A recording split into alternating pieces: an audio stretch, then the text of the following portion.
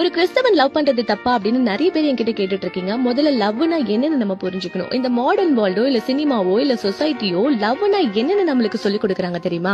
ஒரு விதமான ஃபீலிங்க தான் லவ்னு சொல்றாங்க. எக்ஸாம்பிள், ஒரு பையன் ஒரு பொண்ணு பாக்குறான்னா அவ அழகா இருக்கா, அவ அழகா சிரிக்கிறா, அழகா பேசுறா, அவளுக்குள்ள நிறைய டேலண்டட் இருக்கு, சோ இவன் நம்ம லைஃப் பார்ட்னரா வந்தா நம்ம லைஃப் நல்லா இருக்கும் அப்படின்னு அவன் யோசிக்கிறான். இன்னொரு பக்கம் ஒரு பொண்ணு ஒரு பையன் ரொம்ப ஹேண்ட்ஸமா இருக்கா, மேன்லியா இருக்கா, இவனை கல்யாணம் பண்ணா சூப்பரா இருக்கும் அப்படின்னு நினைக்கிறா. இத பாக்கும்போது ஓகே குட் அப்படின்ற மாதிரி தான் இருக்கும். ஆனா ஆக்சுவலி இதுல காதல் எங்க இருக்கு? அந்த பையனோட ஆசை இருக்கு, அந்த பொண்ணோட லஸ்ட் இருக்கு. பட் காதல் எங்க?